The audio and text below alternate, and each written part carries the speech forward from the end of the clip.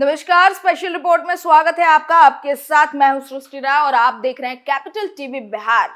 लोकसभा चुनाव 2024 को लेकर अभी से सभी दल तैयारी में जुटे हैं। मुख्यमंत्री नीतीश कुमार जहां विपक्षी एकता की कवायद में जुटे हैं, तो उधर ममता बनर्जी लोकसभा चुनाव अकेले लड़ने का दावा कर रही हैं। बात करें साउथ की, तो साउथ में केसीआर अलग फ्रंट बना रहे हैं। इन सबके बीच चर्चा जोरों पर है कि आखिर पीएम फेस कौन होगा। आइए जानते हैं मामले की पड़ताल करती रिपोर्ट में।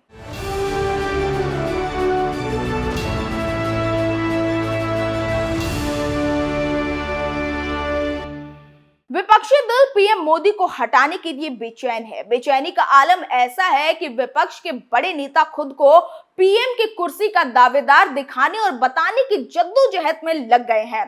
बिहार के सीएम नीतीश कुमार खुद तो नहीं कह रहे, लेकिन उनकी पार्टी और महागठबंधन के नेता उन्हें पीएम फेस बताने में लीन है। तेलंगाना सीएम केसीआर अपनी पार्टी का राष्ट्रीय स्तर पर विस्तार भी इसी मकसद से कर रहे हैं। जन्मदिन के बहाने तमिलनाडु के सीएम एमके स्टालिन ने विपक्षी नेताओं को जुटाकर खुद को पीएम की रेस में शामिल होने का संकेत दे दिया है। तो वही ममता बनर्जी कांग्रेस के बिना ही पीएम बनने का प्रयास पहले से ही करती रही हैं। कांग्रेस ने राहुल गांधी को पीएम फेस बनाने की घोषणा पहले ही कर दी है। पीएम की कुर्सी एक है, पर विपक्ष में इसके दावेदार कई हो गए हैं। इसे ही कहते हैं एक अनार कई बीमार। स्टालिन ने जन्मदिन पर कई नेताओं को जुटाया। बात करें तमिलनाडु की, तो तमिलनाडु के सीएम एमके स्टालिन ने हाल ही में अपना जन्मदिन मनाया। जन्मदिन तो बहाना था, इसी बहाने वो अपनी ताकत का इजहार करना चाहते थे। बिहार से आरजेडी नेता और डिप्टी सीएम तेजस्वी यादव चेन्नई पहुंचे, तो जम्मू कश्मीर से फारूक अब्दुल्ला ने शिरकत की। इतना ही नहीं, यूपी से समाजवादी पार्टी के नेता अखिलेश यादव भी पधारे। स्टालिन ने खुद तो पीएम पद की रेस में खुद को पेश नहीं किया, लेकिन फारूक अब्दुल्ला ने यह बात जरूर कह दी कि मोदी की जगह विपक्ष के पीएम कैंडिडेट के लिए स्टालिन सबसे उपयुक्त आदमी है। हालांकि इसी बीच तमिलनाडु में बिहारी मजदूरों पर अत्याचार की घटना ने उनकी किरकिरी करा दी है। आरजेडी और जेडीयू में इस बात पर गहमा गहमी हो गई है। तेजस्वी यादव ने यह कहकर स्टालिन को क्लीन चिट दे दी कि वहां बिहारियों के साथ मारपीट की कोई घटना नहीं हुई है। हालांकि बीजेपी विधायकों के दबाव में सीएम नीतीश कुमार ने घटना की जांच के लिए डेलीगेशन भेजकर तेजस्वी को आईना दिखा दिया है।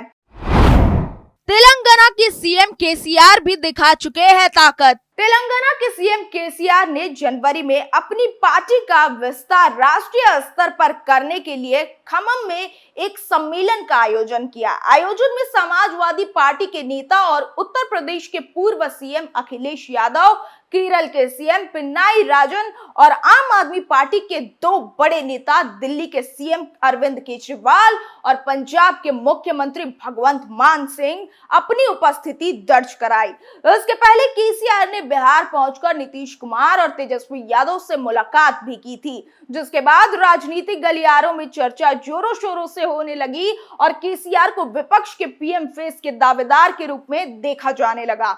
आश्चर्य की बात तो ये रही कि सम्मेलन में केसीआर ने बिहार के सीएम नीतीश कुमार और डिप्टी सीएम तेजस्वी यादव को न्योता ही नहीं भेजा।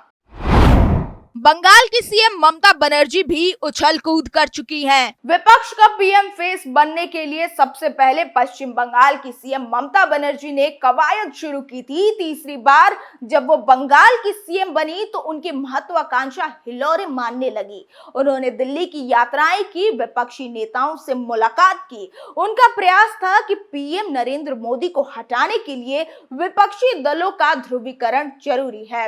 हालांकि वह विपक्षी एकता की मुहिम में कांग्रेस से परहेज करती रही। उनकी इस मंशा पर एनसीपी नेता शरद पवार ने यह कहकर पानी फेर दिया कि कांग्रेस के बिना विपक्ष का कोई साझा मंच बेमानी होगा।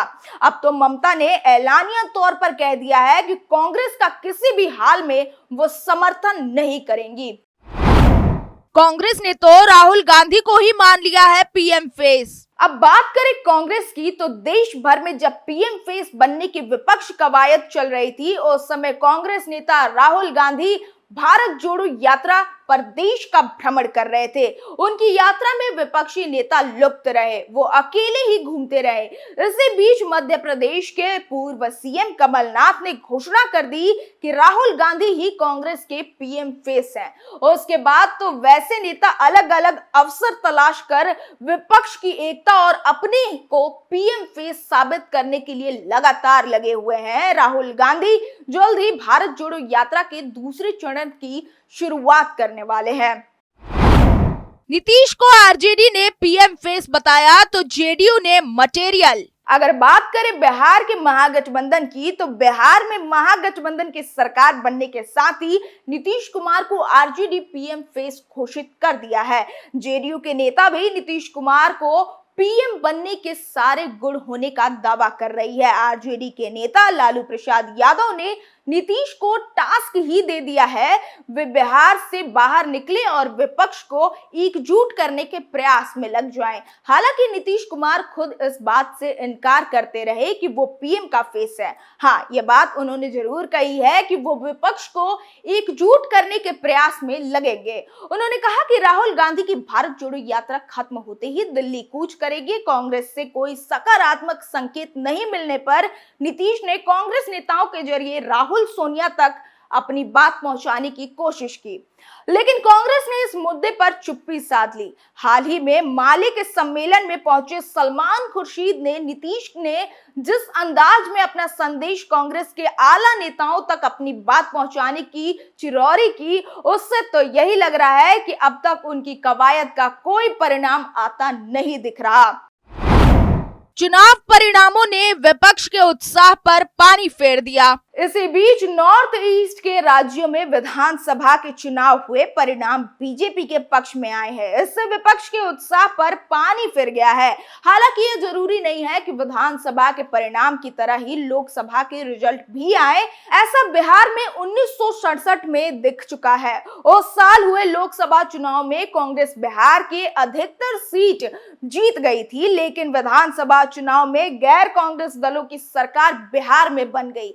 इसका साफ मतलब हुआ कि लोकसभा चुनाव में पीएम के चेहरे पर भी वोट पड़ते हैं। ताजा स्थिति यह है कि नरेंद्र मोदी के सामने अब तक चर्चा में रही सभी नाम पासंग में भी नहीं दिखते हैं। ऐसा लगातार हो रहे सर्वे से जाहिर हो रहा है कि लोकसभा चुनाव को लेकर कैपिटल टीवी और पोल स्टार्ट के सर्वे के नतीजे इसी बात का संकेत देते हैं। सर्वे में शामिल 58% लोगों ने नरेंद्र मोदी को अगले पीएम के रूप में पसंद किया। मोदी के बाद राहुल गांधी को 19.9% लोग ही पीएम के रूप में पसंद करते हैं। इसलिए 2024 के लोकसभा चुनाव में मोदी एक बार फिर पीएम बनने की संभावना ज्यादा दिखती है। स्पेशल रिपोर्ट में बस इतना ही, फिर पेश होंगे नए मुद्दों के साथ। तब तक के लिए देखते रहिए कैपिटल टीवी बिहार। नमस्कार।